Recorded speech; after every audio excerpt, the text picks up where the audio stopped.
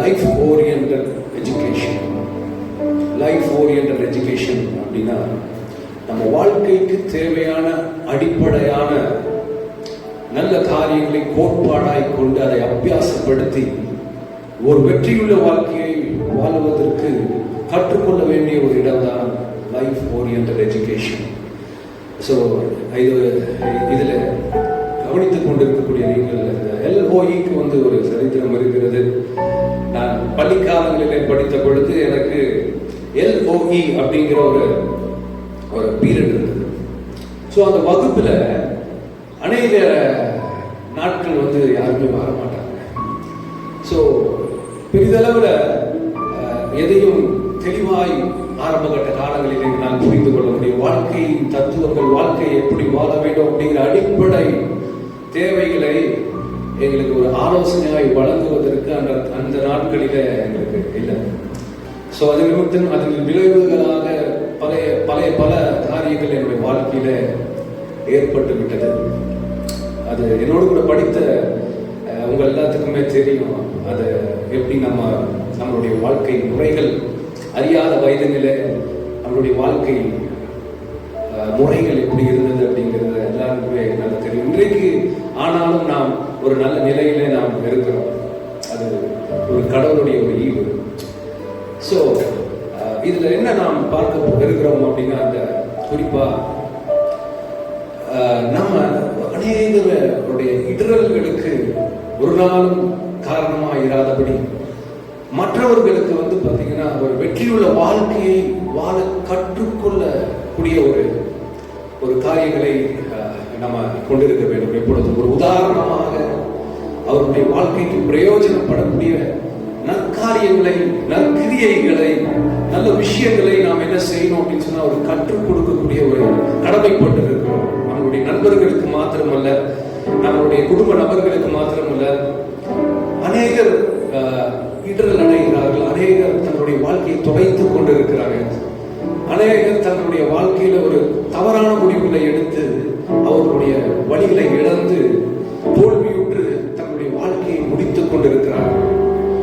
So அப்படிப்பட்டவர்களுக்கு எல்லாம் நம்ம ஒரு உதாரணத்துவமாய் நம்முடைய வாழ்க்கை அமைய வேண்டும். அதற்கு அடிப்படையாய் நாம் கைக்கொள்ள வேண்டிய நல்ல விஷயங்கள், அதில் நற்கிரியைகள், நல்ல காரியங்கள், இது நம்ம வாழ்க்கைக்குள்ள அத்தியாவசியமான ஒரு தேவையாக இருக்கிறது. அப்போ வெற்றியுள்ள நபர்கள் அநேகர் இருக்கிறார்கள். அவர்களுடைய அறிவை, அவர்களுடைய ஆலோசனையை நான் எடுத்து அதை அபியாசப்படுத்தி என்னோட வாழ்க்கையில் இருக்கக்கூடிய பல காரியங்களில் நான் அபியாசப்படுத்துகிற பொழுது அநேக நேரங்களிலே வெற்றி கிடைக்கிறது. அநேக நேரங்களில் எனக்கு என்ன செய்யறதில்ல, வெற்றி கிடைக்கிறது இல்லை.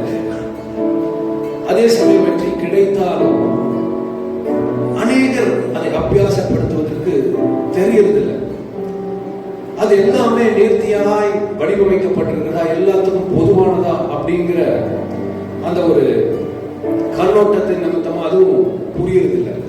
அப்போ ஒரு மனிதனுக்கு அப்பாற்பட்ட, நம்மளுடைய அறிவு ஆற்றலுக்கு அப்பாற்பட்ட ஒரு வல்லமை நமக்கு தேவைப்படுகிறது. ஸோ அந்த வல்லமையை நாம் எதிர்பார்த்திருக்கிறோம். அந்த வல்லமை நமக்கு போதிக்க வேண்டும், நமக்கு ஆலோசனை கொடுக்க வேண்டும். ஏன்னா அப்படிங்கிறது தான் கடவுள் அப்படின்னு நம்ம பேர வைத்திருக்கிறோம். ஸோ கண்ணை மூடி நான் கடவுளை தொடர்பு கொள்ளுகிற பொழுது எனக்கு கடவுள் எந்த மாதிரி தென்படுகிறார், எந்த பிம்பத்துல எனக்கு தெரிகிறார். ஒவ்வொருவருக்கும் ஒரு பிம்பம் இருக்கிறது. ஸோ இதெல்லாம் ஒருவருக்கும் ஒவ்வொரு விதமாய் தோன்றுகிறது. ஒவ்வொருவரும் ஒவ்வொரு நம்பிக்கையை கொண்டிருக்கிறோம். ஆனா நடக்க வேண்டிய காரியம் என்ன அப்படின்னா, அந்த தெய்வத்திடமிருந்து ஒரு ஆலோசனையை நாம் பெற்றுக் கொள்ளுகிற பொழுது அந்த அந்த உண்மையுள்ள அந்த ஆலோசனை வாழ்க்கையிலே வெற்றியை தருகிறது. அப்போ ஒரு உறவு இருக்கும் பாருங்க, ஒரு நமக்கும் அவருக்கு ஒரு பந்தம் ஏற்படுத்துறது. நம்ம ஒரு பந்தம் இருக்கிறது. அந்த பந்தத்தை நாம் இன்னும் நேர்த்தியாய் நம்ம இன்னும் வளர்த்திக் கொள்ள வேண்டியது அவசியமா இருக்கிறது. ஒரு உறவு, ஒரு தகப்பனுக்கும் ஒரு மகனுக்கும் இருக்கக்கூடிய ஒரு உறவு. ஸோ அதுதான் இந்த தெய்வத்திற்கும் நமக்கும் இருக்கக்கூடிய ஒரு உறவு நமக்கு ரொம்ப முக்கியமான ஒரு விஷயமா இருக்கு. ஸோ இந்த உலகத்துல வாழ தேவையாய் இருக்கிறது என்ன அப்படின்னா, ஒரு உண்மை தன்மை, ஒரு உண்மையான கொள்கைகள், ஒரு உயிரோட்டம் உள்ள ஒரு கொள்கையின் அடிப்படையில நாம் ஒரு விஷயத்தை நாம் செய்கிற பொழுது அது நிச்சயமாய் வெற்றியாய் மாறிவிடும். ஆகவே இந்த அதிகாரத்தில் சொல்லப்பட்டிருக்கக்கூடிய காரியத்தில் நிறைய விஷயங்கள் இருக்குது. அவர் எதை நம்மிடத்துல எதிர்பார்க்கிறார்? அந்த காலத்துல தெய்வ நம்பிக்கை கொண்ட அநேக ஜனங்கள் என்ன செய்வார்கள்? வேதத்தில் போடப்பட்டிருக்கக்கூடிய இந்த ஜனங்கள், இந்த வேதத்தில் பதிவிடப்பட்டிருக்கிற யூதர்கள் அவர்களை குறித்து தான் ஒரு சாட்சி சொல்ற. அந்த யூதர்கள் என்ன செய்கிறார்கள் அப்படின்னா, அந்த தெய்வத்திற்கு பலிகளை செலுத்தும்படி அவரவர்களுடைய தகுதிக்கு ஏற்ப காணிக்கைகளை கொண்டு வருவார்கள். ஒரு ஆடு, ஒரு சில விலங்குகளை அவர்களுடைய தகுதிக்கேற்ப பலிகளை செலுத்துவதற்கு அவர்கள் கடந்து வருகிறார்கள். அப்படி செலுத்த வருகிற பொழுது அவர்கள் செலுத்தி விட்டு தங்களுடைய வாழ்க்கையை எப்படி வாழ்கிறார்களோ அப்படியாகவே அவர்கள் வாழ்கிறார்கள். எந்த விதமான மாறுதலும் மாற்றமும் அவர்களுடைய வாழ்க்கை இல்லை. ஆனால் தங்கள் செய்த பாவத்திற்கு அந்த பலிகளை செலுத்த உடனே பாவமானது மன்னிக்கப்பட்டு விட்டது அப்படிங்கிற அவர்கள் கொண்டிருக்கக்கூடிய அந்த சுய நம்பிக்கையிலே கடந்து சென்று தங்களுடைய கோணலான வழிகளை அவர்கள் பின்பற்றி போகிறார்கள். அது இந்த வேத பகுதியில இந்த தெய்வம் அவர் என்ன சொல்றார் அப்படின்னா, உங்களுடைய பலிகள் நிமித்தமாய் 50வது சங்கீதத்தின் வார்த்தைகள், உங்களுடைய பலிகள் நிமித்தமாய் நீங்கள் செய்யக்கூடிய ஆராதனை நிமித்தமாய் நான் உங்களை வெறுக்கவில்லை, அதை எப்பொழுதும் என்னுடைய கண்களுக்கு முன்பாக தெரிகிறது. நீங்கள் அதை செய்து கொண்டு வருகிறீர்கள், உங்கள் கடமைகளை நீங்கள் செய்து கொண்டு வருகிறீர்கள். ஆனால் எதை நான் எதிர்பார்க்கிறேன், என்ன செய்ய வேண்டும், என்னுடைய எதிர்பார்ப்பு என்ன அப்படிங்கிறத நீங்கள் புரிந்து கொள்ளாமல் செய்து கொண்டு என்னுடைய நான் சொல்லக்கூடிய அந்த ஆலோசனை, சொல்லக்கூடிய அந்த வார்த்தைகளும் உங்களுடைய முதுகுக்கு பின்பதாய் நீங்கள் எரிந்துவிட்டு உங்களுடைய பாவத்திற்கு மாத்திரம் அது பாவம் மன்னிக்கப்பட வேண்டும் அப்படிங்கிற அந்த ஒரே சுயநலத்திற்காக நீங்கள் செய்யக்கூடிய பலிகள் எனக்கு முன்பதாய் அங்கீகரிக்க கூடாதபடி இருக்கிறது அப்படிங்கிற பயிர வைக்கிறார். அப்படின்னா அந்த தெய்வத்துடைய உள்ளத்துல உண்மையாய் பலிகள் நிமித்தம் அல்ல, அந்த பலியை தாண்டி நம்மிடத்துல என்னத்தை எதிர்பார்க்கிறார் அப்படிங்கிற அந்த விஷயத்தை நாம் புரிந்து கொள்ள வேண்டும். நாம் நன்றாக இருக்க வேண்டும் அப்படின்னு கர்த்தரை, கடவுளை நோக்கி நாம் கடந்து வருகிறோம். ஆனா அவருக்கு ஒரு தேவை இருக்கிறது. அவர் எல்லாரையும் நல்லதாய் நன்மையாகவே வைத்துக் கொள்ள வேண்டும் அப்படிங்கிற அந்த எண்ணம் அவருக்கு இருக்கிறது. அதை என் மூலியமாய் செயல்படுத்த வேண்டும் அப்படிங்கிற ஒரு எதிர்பார்ப்பை உடையவராய் இருக்கிறார். நம்மளுடைய ஃப்ரெண்ட்ஸ், நம்மளுடைய ஃபேமிலியில நம்ம அநேக சுற்றுப்புற சூழல்களை இன்னைக்கு பேப்பர்ல படிக்கிறோம். ஸோ இவர்கள் எல்லாம் தவறான முடிவுகளை எடுத்து தங்களுடைய வாழ்க்கையை அடித்துக் கொண்டிருக்கிறவர்களுக்கு நாம் என்ன செய்ய போகிறோம்? என்னுடைய சுய நலத்திற்காக நான் தெய்வத்தை தேடுகிறேன், என்னுடைய குடும்ப நலத்திற்காக மாத்திரமே நான் கடவுளை தரிசிக்கிறேன், பலிகளை செலுத்துகிறேன், நான் நன்றாய் வாழ வேண்டும் அப்படிங்கிற ஒரே உள்நோக்கத்திற்காக நான் செயல்பட்டு கொண்டு வந்திருக்கிறேன். ஆனா என்னை காட்டிலும் அறிவில் குறைவுள்ளவர்கள், என்னை காட்டிலும் பல கொள்கைகளை அபியாசப்படுத்துவதற்கு தெரியாத எளிமையுள்ள மக்கள், தன்னுடைய திறமையினால நம்ம என்ன செய்கிறோம்? ஒரு சில நேரங்களில ஒரு செய்து விடுகிறோம், அது வெற்றியாய் அமைந்து விடுகிறது. ஆனால் ஒரு சில ஜனங்களுக்கு அதை எப்படி செய்ய வேண்டும் அப்படிங்கிற அந்த ஒரு திறமை இல்லாதபடியினால அவர்கள் தவறி எழுதி விழுந்து தன்னுடைய வாழ்க்கையை முடித்து விடுகிறார்கள். இவர்களுக்காக நாம் பரிதவிக்க வேண்டும், இவர்களை பலப்படுத்த வேண்டும், இவர்களை வாழ வைக்க நல்ல வழிகளை நாம் கற்றுக் கொடுக்க வேண்டும். நல்ல வழிகளை நாம் கற்றுக் கொடுக்க வேண்டும் என்று சொன்னால் நன்மையான காரியங்கள் முதலாவது நாம் பெற்றுக்கொள்ள வேண்டும்.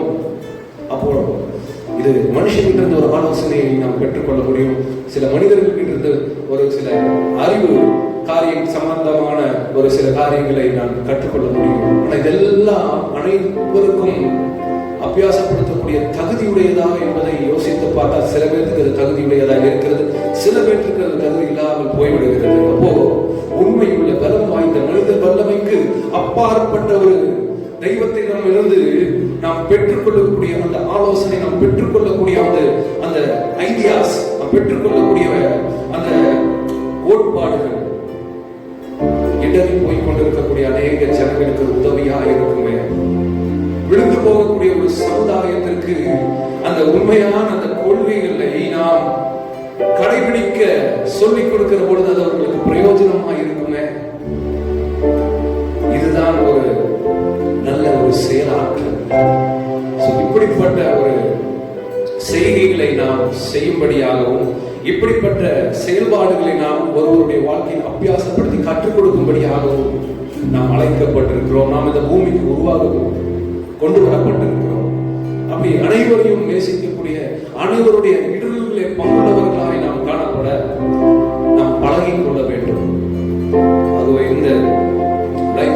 Oriented education. ஸோ இது ஒரு பெரிய சாட்சி. இந்த ஒரு இயக்கத்திற்கு பெயர் life oriented academic mission, LOAM, low. So இதனுடைய பின்னணி என்ன அப்படின்னா, நான் அது முன்பதாய் சொன்னது போல அந்த வகுப்புல எனக்கு அடிப்படையாக கற்றுக்கொள்ள வேண்டிய காரியங்களை நான் கற்றுக்கொள்ள முடியாத சூழ்நிலை நிமித்தமாக ஏற்பட்ட விளைவுகளின் அடிப்படையில இன்றைக்கு நிறைய காரியங்களுடைய வாழ்க்கையில பல தோல்விகளை சந்தித்து நேரிட்டது. ஸோ ஆனால் அதை அப்படியே தொடர்ச்சியாக இல்லாமல் நல்ல ஆலோசனை, நல்ல ஒரு யோசனைகளையும் கொள்கைகளையும் நான் ஒரு தெய்வ உண்மையுள்ள ஒரு தெய்வத்திடம் நாம் பெற்றுக்கொள்ளுகிற பொழுது அது எனக்கு மாத்திரமல்ல, நம்மளோடு கூட பயணிக்கக்கூடிய அநேகருக்கு அது உதவியாக இருக்கும் என்று நான் வாஞ்சிக்கிறேன். ஸோ இந்த ஒரு சிறிய நேரத்தை நீங்கள் கவனித்து நீங்கள் நேரத்தை எடுத்து இதை கவனித்ததற்காக உங்களுக்கு நன்றி செலுத்துகிறேன். உங்களுக்கு பிரயோஜனமாக இருக்கும் என்று நான் விசுவாசிக்கிறேன். தொடர்ந்து இது மாதிரியான குறுஞ்செய்திகளை நீங்கள் கேட்டு பலனடையும்படியாக, இதை அனைவருக்கு பகிர்வும்படியாக, நமக்கு எல்லா தேவைகளும் நமக்கு இருக்கிறது. ஆனால் தேவை உள்ளவர்கள் நிறைய பேர் இருப்பாங்க. அந்த தேவை இருக்கிறவர்களுக்கு நாம் இதை பகிர்ந்து ஒரு நல்ல யோசனையும் நல்ல வழிகளையும் நான் கற்றுக்கொள்ள இந்த ஒரு சேனல் ரொம்ப பிரயோஜனமாக இருக்கும் என்று நான் நம்புகிறேன். நன்றி.